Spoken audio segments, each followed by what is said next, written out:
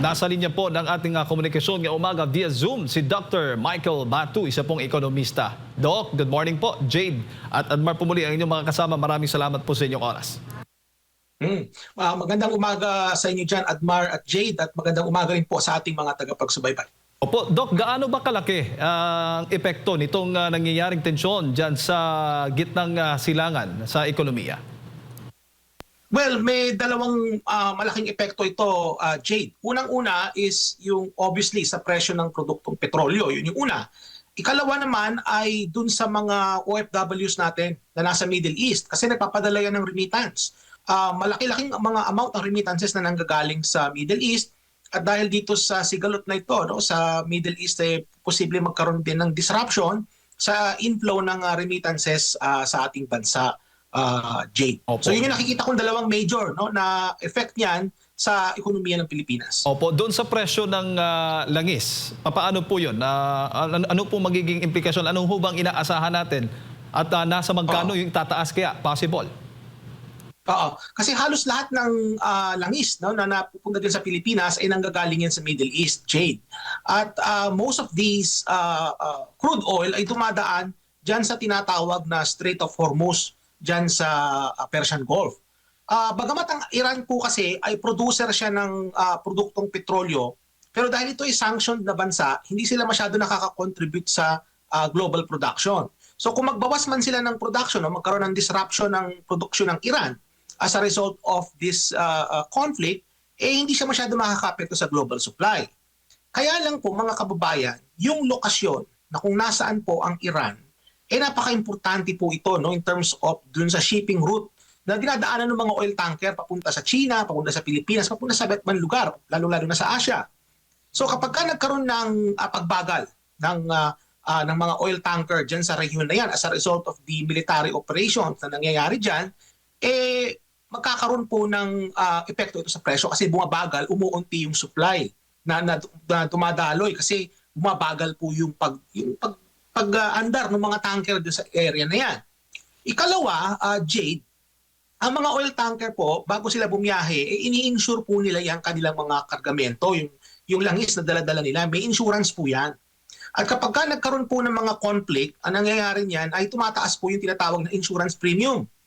At yung insurance premium po na yan ay naipapasa po yan sa mga consumer through higher oil prices. So yung dalawang epektong yan, yung pagsikip dyan sa Strait of Hormuz as a result of the military operation and yung pagtaas ng insurance premiums, yan magsasanib puwersa yan, no, para makapag-contribute sa pagtaas ng presyo ng produktong petrolyo dyan sa Pilipinas. So minomonitor ko rin, Jade, no, yung galaw ng Brent crude. Sa ngayon po, ang Brent crude po, open na po yung trade. Nasa around $77 per barrel po ito ngayon sa kasalukuyan. Pero inaasahan po namin mga economists, no, kapag ka nagtagal-tagal pa po itong military operation dyan sa Iran, ay baka mabot po ito ng $100, no, $100 per barrel o higit pa.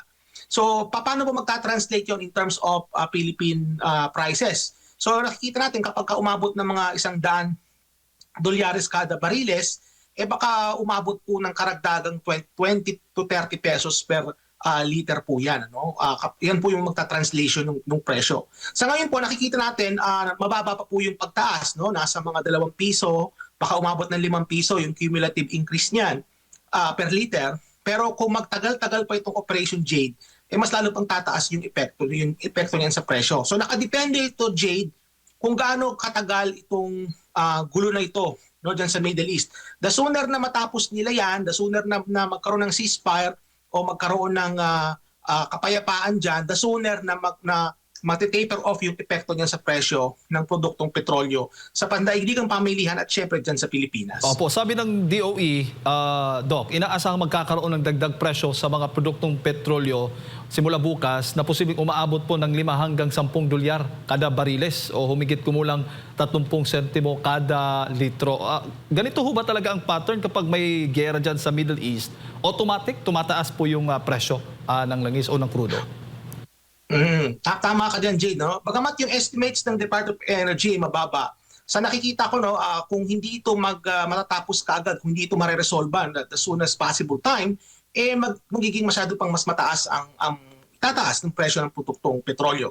Now, in terms of sa timing, kasi ganito yung Jade, sabi ko nga kanina, bago sila mag-load ng kanilang mga kargamento sa mga tankers, ang mga kumpanya na nagta-transport, no, yung logistical, yung mga companies na involved sa logistics, no, yung pagta-transport ng mga produktong petrolyo, ini-insure po nila yung kanilang mga kargamento. So may insurance po yan. Kada biyahe yan. So ibig sabihin, kapag ka nagkaroon ng gulo, tumataas po yung insurance premium. At pag tumataas yung insurance premium, yan po ay naipapasa sa mga consumer through higher oil prices. No? Ikalawa, nabanggit ko rin kanina na dahil dyan sa operation na yan, yung lagusan ng mga tanker na nanggagaling sa Persian Gulf palabas, no, papunta sa Indian Ocean, yan yung tinatawag na Strait of Hormuz. Yan merong parte yan na kontrolado ng Iran at merong parte na kontrolado ng mga ibang bansa sa kabilang side.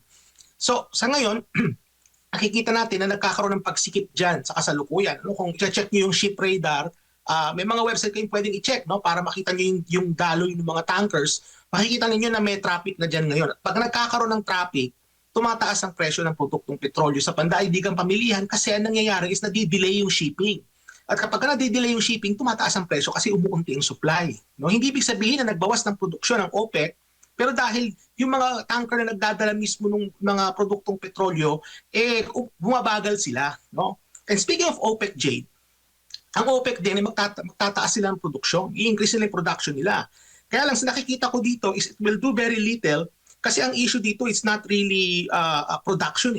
Ang issue dito yung supply chain na mismo. Kapag ka nagkaroon ng epekto ito, kapag ka nagkaroon ng pagbara doon sa tinatawag na Strait of Hormuz, no, na napaka-importanting lokasyon ito, no, in terms of sa shipping ng mga produktong petrolyo, Jade. Opo. So reasonable, Doc, na sabihin natin na bukas ay mag-i-increase, may dagdag presyo ng gasolina o ng produktong petrolyo dahil dito sa gulo sa Middle East? Oo, Jade, asahan natin hanggat hindi natatapos ng gulong ito, sunod-sunod po yan magiging pagtaas ng presyo ng produktong petrolyo. Kami dito sa Canada, ramdam na namin, tumaas na kagad yung presyo. Diyan sa Pilipinas, mararamdaman ninyo yan dyan sa baka bukas o sa mga darating pang araw, yung cumulative increases, no? Tataas yan.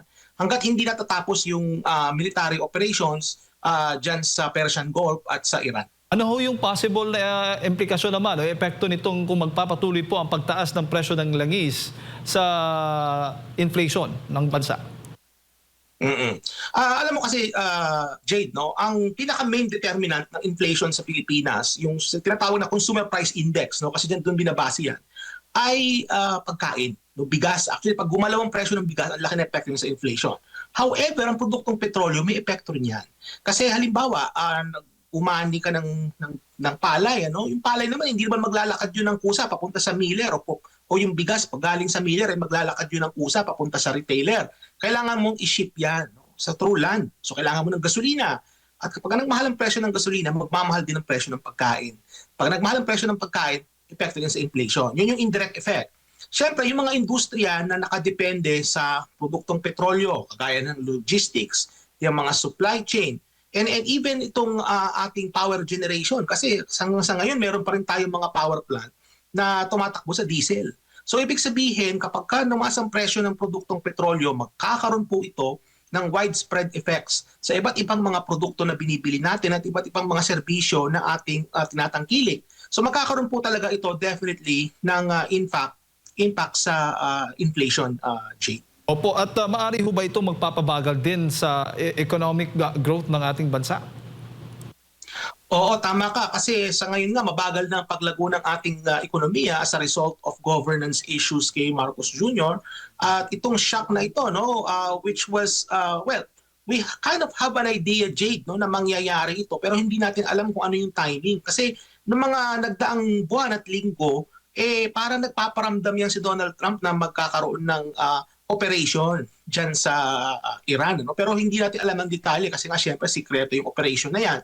Yung operational details is sikreto. Pero parang meron ng mga hint na merong mangyayaring ganyan. Ano? So, nakikita natin na, yung magiging epekto nito sa pangkalahatan, nakadepende kung gaano katagal, no, itong operation na ito. Sabi ko nga kanina, Jade, na as soon as matapos nila yan, magiging mas maigi. O kagaya ng sinasabi halimbawa nung UN Secretary General, ang sabi ng UN, mag-ceasefire na muna tayo, no? Pag-usapan niya, total na napatay na, no, yung pinaka-leader ng supreme leader ng Iran, no, at yung mga ibang mga opisyales, baka po pwede nang pwede nang ihinto ng operation na yan, kasi nga the longer that operation is going on, the more na magkakaroon ng epekto yan sa ekonomiya ng Pilipinas, GDP growth at sa inflation. So alam naman natin na mabagal lang ang paglago ng ekonomiya natin, nagkaroon pa nitong giyera sa gitnang silangan. So definitely it will really have a toll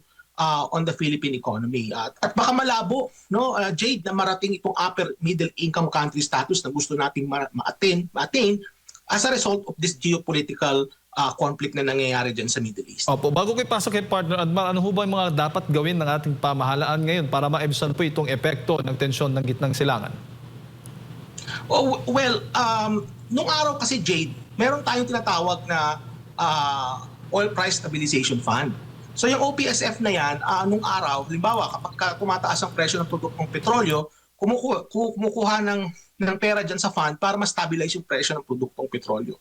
Bagamat ayaw na ng mga economy sa ganyang sistema, baka pwede pag-aralan ito ng DOE at ng ating mga mambabatas, no, kung pakagawa ng mas efficient na version ng price stabilization. Ikalawa, kinakailangan ibalik natin yung mas malawak na strategic petroleum reserves. So halimbawa, during times na maganda ang sitwasyon, na walang gulo, baka pwede tayo mag-imbak-imbak ng paunti-unti ng langis, no, na sa iba't ibang lugar sa Pilipinas para kung magkaroon ng supply disruption, meron tayong mapagkukuhaan. No? Ibig sabihin, kung meron tayong mapagkukuhaan, yung magiging disruption yan sa atin hindi masyadong matindi kasi meron tayong reserba. So may mga pwede tayong gawin dyan, Jade. No? Bagamat ang ating ekonomiya po, tayo po ay alipin ng produktong petrolyo. Kasi nga po ang ating mga industriya, ang ating ekonomiya sa pangkalahatan, yung struktura po niyan, nakadepende po sa produktong petrolyo na wala po tayo, inaangkat po natin yan. So kung magkakagawa tayo ng paraan na maging less reliant tayo sa produktong petrolyo, maigi yan. Pero sa nakikita ko sa short term to medium term, ang pwedeng gawin dyan is ibalik natin yung mas pinaigting na mga strategic petroleum reserves para kung sa ganitong sitwasyon, Jade, meron tayong mapagkukuhaan. Opo, Doc, magandang umaga, si Admar po ito. Narinig ko sa isang interview sa panig po ng DOE, sinasabi nila na merong at least lagpas doon sa period prescribed na 15 days na imbak, no? Parang nasa mga 1 month ata yung na-imbak ngayon. Pero ang ipinagtataka natin, kung merong naka-imbak na mas, kasi at least 15 days daw dapat merong imbak yung mga oil companies dito for consumption po natin, bakit po pag meron agad na nagkakaroon ng tensyon, halimbawa, nagkaroon ng tensyon kahapon o ng isang araw, agad-agad po, tataas, meron naman tayong imbak po na mga langis po dito or mga petroleum products dito po sa ating bansa, Doc? Well, that is an issue as a result of the deregulated structure ng merkado sa produktong petrolyo sa Pilipinas. So pag ibig sabihin niyan, Admar, kapag kaya deregulated, wala nang masyadong say, no, ang ating gobyerno in terms of yung sa pagpepresyo at yung ginagawang strategiya ng mga oil companies, no, yung mga nagbebenta ng langis din sa Pilipinas. So kagaya yung sitwasyon na nabanggit mo, nagkaroon ng pagtaas ng presyo sa pandaigdigang pamilihan, bakit kaagad ramdam natin meron pa naman tayong 15 araw na strategic reserves. So ibig sabihin yan, if na magkaroon ng paggalaw sa presyo, ay dapat sa 15 days pa, no? Mga 2 linggo pa bago gumalaw yan. So merong pwede tayong masabi na there might be some evidence din na yung ating mga companies, tinitake advantage din nila yung mga sitwasyon na yan para kumita pa sila ng mas malaki. No? So, and again, this issue brings back, no, yung rational, no, na kung saan dapat nating silipin muli itong oil deregulation law. Kasi sa nakikita natin mukhang hindi na-attain yung objective ng oil deregulation, which is maging stable yung presyo para sa ating mga kababayan. No? The fact na meron tayong reserves, nakikita natin that the oil companies seemingly are taking advantage of this situation. No? So isa ito sa mga magandang tingnan din ng ating mga mambabatas, no? Kesa sa mga impeachment, no, na ginagawa nila dyan sa Kongreso. Isa ito sa magandang tingnan nila kung paano marereforma itong batas na ito para maging mas responsive siya sa mga panahon sa ngayon. Admar. Opo, maliban po dito sa mga produktong petrolyo na inaangkat po natin, may mga iba pa bang nakikita kayong produkto na posibleng tumaas din or related pa rin yan dahil tumaas yung petroleum products, hindi lang naman po dito sa Pilipinas yan kundi sa buong mundo? So Admar, any product na tinatransport, na yung mode of transportation ay gumagamit ng produktong petrolyo, maaapektuhan yan. Any service na gumagamit ng produktong petrolyo for its operations, epekto po yan. Utilities, kagaya ng kuryente, dahil nga sa banggit ko rin kanina, may mga power plant pa rin tayo na diesel operated, yan ay makaka-apekto po yan. So in other words, malaki po ang magiging epekto nito sa ating ekonomiya, Admar. Kasi sa banggit ko rin kanina na ang ating ekonomiya ay alipin doon ng produktong petrolyo. We are a slave to the oil pretty much kasi nga wala tayong pinagkukuhaan yan. Iniangkat lang natin yung oil na yan. Kaya kung ano man ang paggalaw sa pandaigdigang pamihilihan, ay makaka-apekto po yan sa atin, Admar. Opo, sa bansang katulad po ng Pilipinas po, Doc, malaki ba ang konsumo talaga natin sa mga petroleum products sa sektor po ng transportasyon? Oo, malaki pa rin, Admar, kasi hindi pa tayo nakakapag-transition ng fully, no, dun sa mga tinatawag na mga alternative sources, kagaya halimbawa yung mga hybrid o kaya itong mga electric cars. So nakadepende pa rin tayo sa gas, no, yung combustion engine na tinatawag, Admar. Yun yung mga makina ng sasakyan na gumagamit ng produktong petrolyo, combustion-based po yan. So ibig sabihin, since majority ng ating mga sasakyan na naglilipanan sa ating mga lansangan, yan po ay gumagamit ng produktong petrolyo, ay makaka-apekto din po yan. Mabanggit ko rin, Admar, speaking of transportation, buti na banggit mo, no? Yung mga serbisyo kagaya halimbawa ng transportasyon, no? Halimbawa, pamasahe. Asahan natin, may pagtaas yan kapag hindi pa natapos itong gulo sa Middle East the soonest possible time. Pati Admar, pati itong presyo ng ticket sa eroplano. Kung kayo po ibibiyahe, magkakaroon din po yan ng epekto. Kahit po yung mga nagbabarko, mga kababayan, kasi ang barko naman, hindi naman yan nagsasagwan, gumagamit po yan ng langis para umandar, magkakaroon din po ng epekto yan sa presyo. No? So transportation will be pretty much affected by this. And again, I just want to stress this enough na nakadepende po ito lahat kung matapos kaagad itong conflict na nangyayari dyan sa Middle East, Admar. Opo, natanong ko ngayon at nabuksan mo nga yung issue po na dapat maglipat na talaga tayo, no, sa hybrid o di kaya sa mga electric cars. Pero ang ibang bansa talagang nanguna na rito, no, like kagaya po dito sa China, at nakita rin siguro nila yung kahalagahan na less na yung paggamit ng mga produktong petrolyo at hindi tayo laging at mercy, no? Pero ang ano din dito po, Doc, doon po sa ating mga power plants na kailangan din natin ng mga panggatong. Oo, nabanggit ko kanina dahil may mga power plant pa rin tayo na diesel operated. So ibig sabihin, kapag nagkaroon ng pagtaas ng presyo sa diesel, magkakaroon po yung kaagad ng epekto sa kuryente. At alam naman natin, yung manufacturing, Admar, yan ay gumagamit ng kuryente. At kapag gumagamit ng kuryente ang isang industriya, ang mangyayari niyan, ipapasa ito sa consumer, no? Yung pagtaas ng presyo. Pero nakikita ko rin dito, Admar, na itong epekto na ito, no, magiging global ito. Hindi lang ito isolated sa Pilipinas, Admar. Ang epekto nitong inflation na ito, yung pagtaas ng presyo ng mga bilihin as a result of this geopolitical tension, conflict na nangyayari sa Middle East, ay global ito.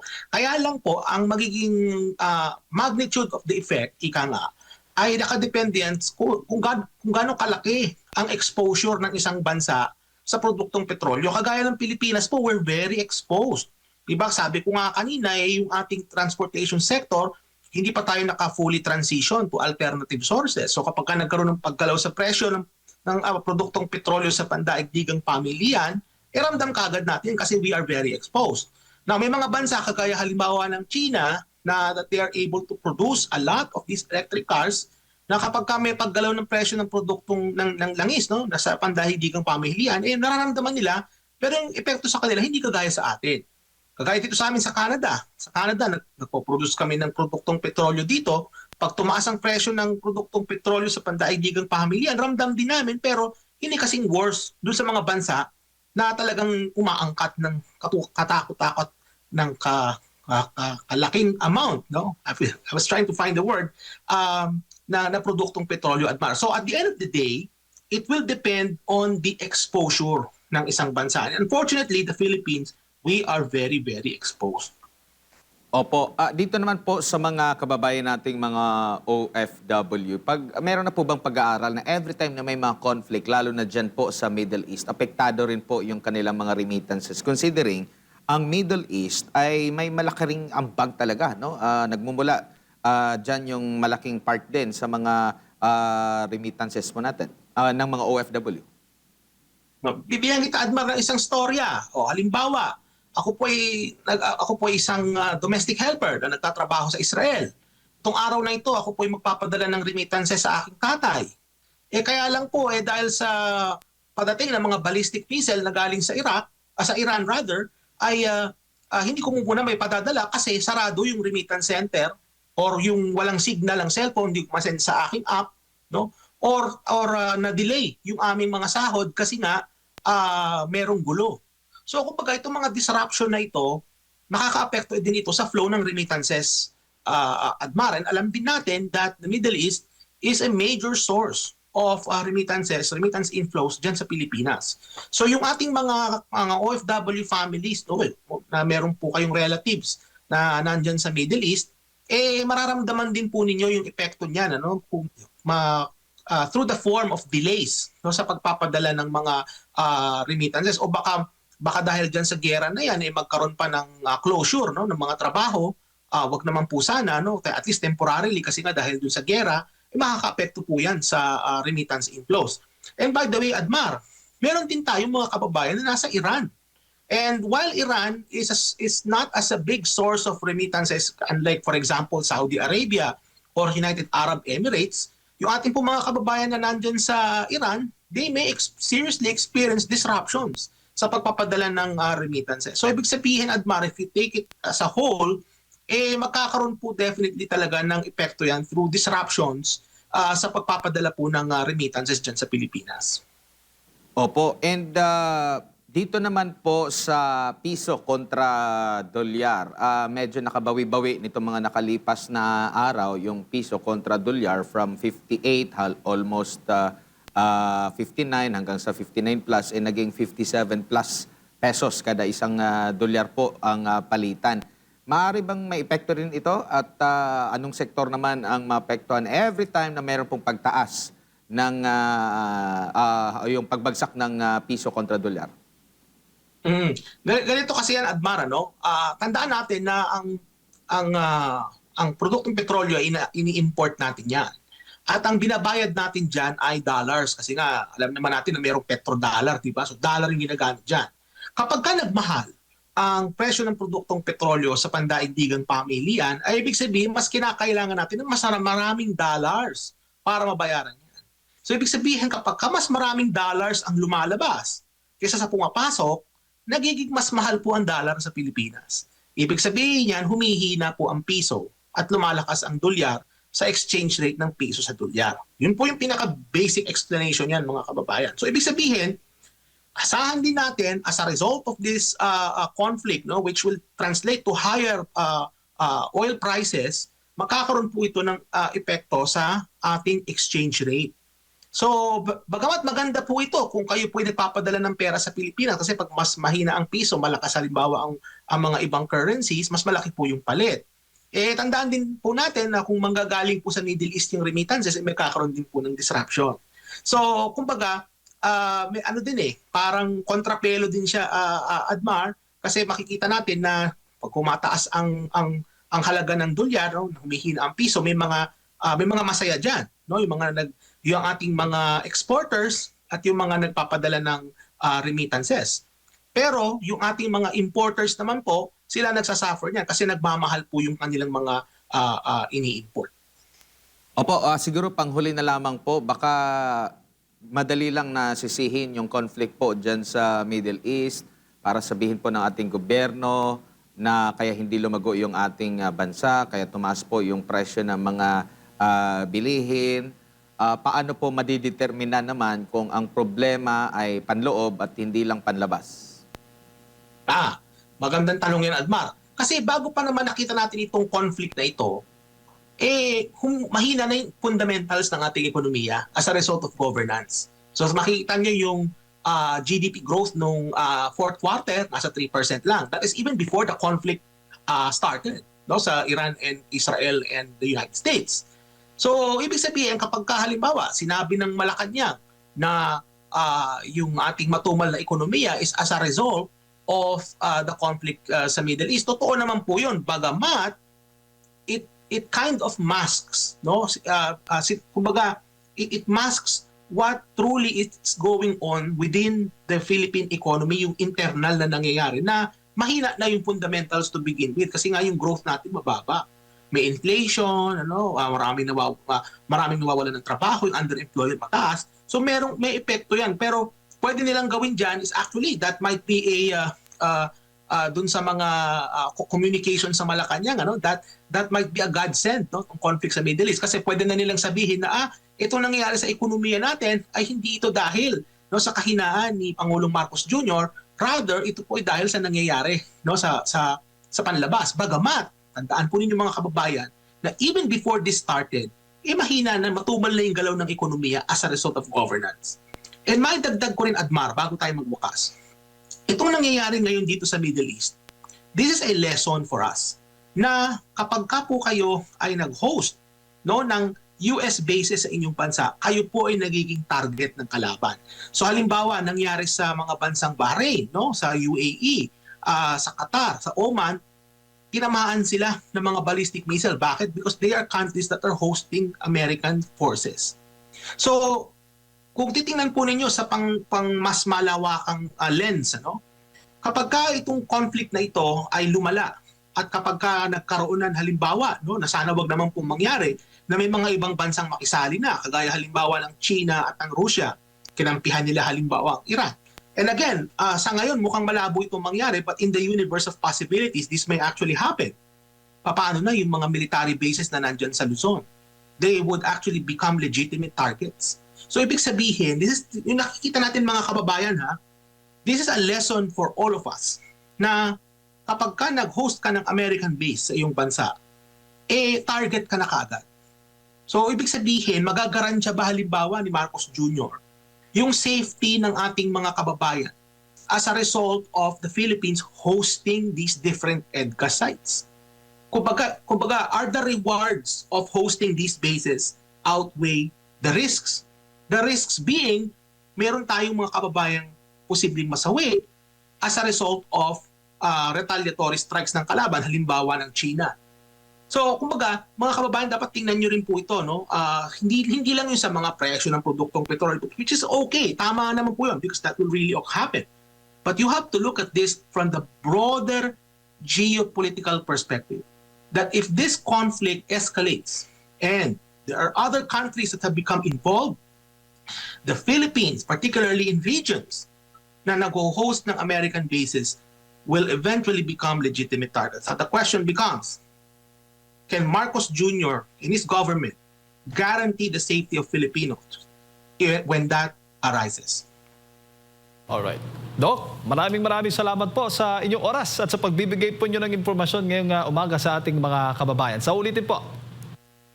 Maraming salamat, Jada at Mar. Mabuhay po kayo at mabuhay po ang Pilipinas. Ayun po mga kababayan, si Dr. Michael Batu, isa pong ekonomista ng ating pong nakasama na pakinggan. Kaugnay nga po dito sa magiging epekto sa ating ekonomiya sa nagpapatuloy po na tensyon dyan po sa gitnang silangan.